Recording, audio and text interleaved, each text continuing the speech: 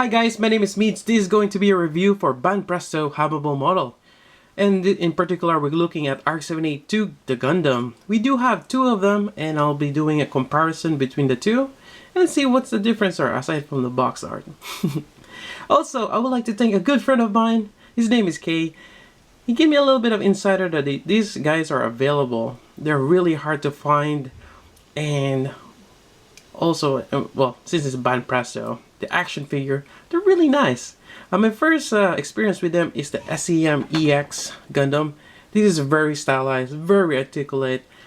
And Kay said, the Humable version, they are actually more anime accurate, and also the articulation is almost the same or even better than the SEM, and that got me really intrigued. I gotta try it. And with his help, I was able to get two of them, and we're gonna do some comparison. Alright, so the first from the box, obviously there's two different box arts, and I'm just gonna refer to this the red box and the blue box. I'm not sure if they're released on separate years. I'm not entirely sure. Yeah, actually no, they're the same. 2009. Yeah, I'm not really sure why they have two releases. They do tend to do that, or sometimes. One of them is more anime or OVA, as we've seen in Robot Damashi. Yeah. Alright, so that's pretty much it for the box, and let's take a look inside. Actually, I'm just gonna set that aside. So inside, the packaging is actually different. So let's start with the red one, which is this one. You have this clamshell with everything, like the weapons, the shield and rifle here, and the beam saber hilts. On this side here, for the red box, on the blue, it's kind of like your candy box, where everything is kind of laid out. Yep. So they are in parts. But just on the first glance, just in terms of color scheme, they're about the same. Yeah. Alright, so I'm gonna go ahead and assemble these guys, or in particular this one here, and we'll continue the review. Alright, for comparison, I have to say, it's really hard to tell what the difference is when you see them like side by side. Yeah, it's kind of hard.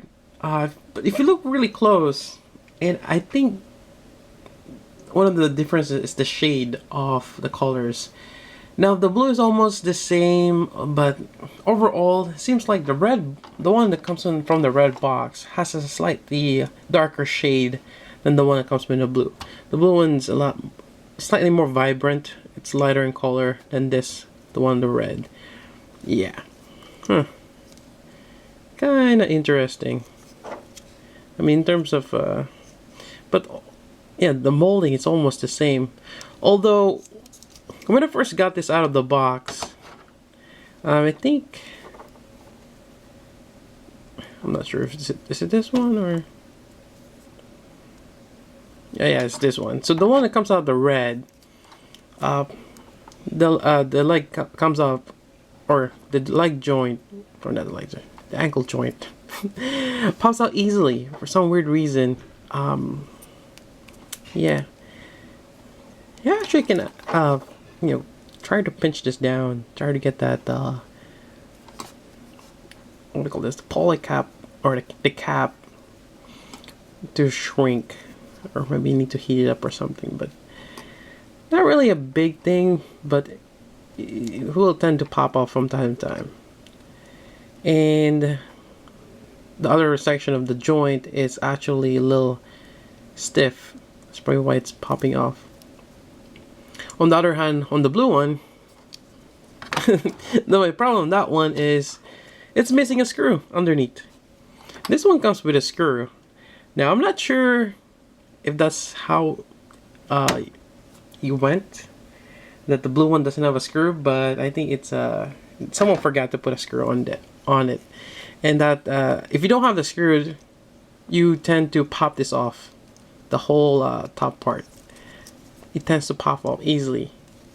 So you might need to find a small screw if you do happen to have the blue one and it does not have one. You gotta find a screw, and it holds it in place. And yeah, I mean, looking at the shield, yeah, I mean, there's a little bit of well, I can clean that up. There's a little bit of dirt here, but yeah, it's almost identical. Same thing with the rifle. I mean, you could say that the yellow on this one's slightly lighter, but that's, you know, that's. And the gray, this one is a bit more bluish gray than this one. Yeah, solid differences. And even on the arms or the, yeah, you can kind of tell there's a different color that they've used on the blue, one. But overall, yeah, they're same. So let's go over articulation and continue with the review. Alright, checking this out. This looks amazing. The eyes are kind of hard to see, but they are yellow there. They're slightly dark. The V-fin is the hard plastic. So be careful if you do have this figure. Be careful with the fins. Moving on, we have a really nice neck articulation there, which you can move him all around. Really nice articulation. You can even rotate it there. There's a swivel. Back. Yep. Then you have this beam saber hilts. And actually, I was wondering, because on the Humable, you're not getting any effect parts for the beam saber, unfortunately. You could have added that. But looking at the SEMs and looking at the peg size, they're about the same. So let's actually give it a try. So if you do have the SEM, you have the beam saber hilts like this one here, and it does fit. There we go. And that's one way to get the effect parts. Alright, so let me put this back here. Continue with the review. Now we have the shoulder here. This one is kind of just free floating.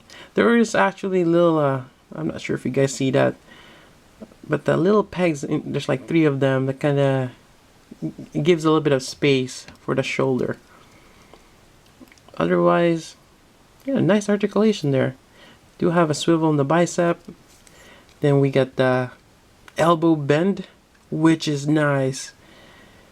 I'm not sure if you see that, but the gray piece is actually moving. And that's my first time I've seen an articulated elbow. More than often, the elbow, it's a very simple joint.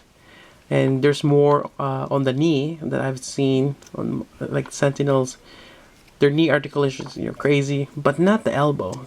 Just simple. So this is my first time seeing it, and it's really nice. Although it is kind of hollow there, but just seeing that gray piece move there, it's really great. Actually, let me go back to SEM. I don't think they have that. Yeah. I mean, this white piece kind of moves around, but yeah, you don't see that movement. That's really nice. Actually, looking at the knee, it does the same thing. The gray piece kind of slides down, and there's like inner details there. That's really cool. Yep. Alright, moving back to the torso. This flap here just kind of opens up. There's a, which allows him to move down. You kind of have to massage the waist to get a certain point. He can lean back or lean forward, you know, have his body side to side. Yep. There is a ball joint there. Yeah, really nice. I don't think the thrusters are articulated.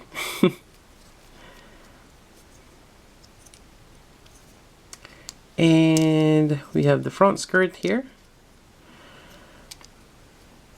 The side skirts are part of that piece that goes through across. And yeah, same thing on the back. They're not movable, but they're flexible. On the legs, you get the articulation there. You get a little bit of swivel, although just the way it's molded, it's kind of slanted this way. It gives you movement up, but not so much in terms of rotation. Yeah, it kind of hinders you to do a wide stand pose. We went over the knee, and there goes the feet again. And really nice on the knee. Yep, I really like that sliding mechanism. On the ankle joint, hold on, let me just fix it. Alright, so getting back to this. You get the movable shin guards. You have ball jointed on the base of the leg. And you have a hinge, which allows you to point down or back. And I still have that problem. I'm actually kind of curious if I can just flip that around. Huh. A little experiment. Because that joint, I don't know. Never hurts to try, right? Let's see if I can pop this out. Well, the idea didn't really quite work well. I thought it would be. Since the base of the joint is too small than this. So I'm just going to put it back. Yeah. That'll be a cool idea. And I think that's pretty much it. Also, well, having that ball joint allows you to do a wide stance where you can twist or kind of have the side angle on the joint, which is great for a wide stance. Yep. Other than that, let's equip the shield. The shield just there's a little tab here on the side. You can see that from the shield here. Has some nice details to it.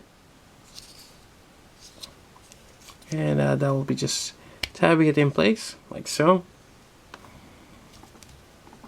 And let's see. In terms of the wrist, pop it out. And I think I pop out the ball joint as well. There we go. Push that back there. Now, I'm not sure if this is gonna go well first time.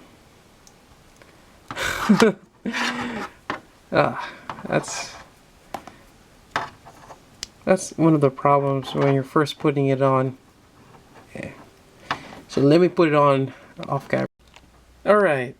Yeah. Kind of give you an idea why I had to do it off camera is this is this one I haven't used yet.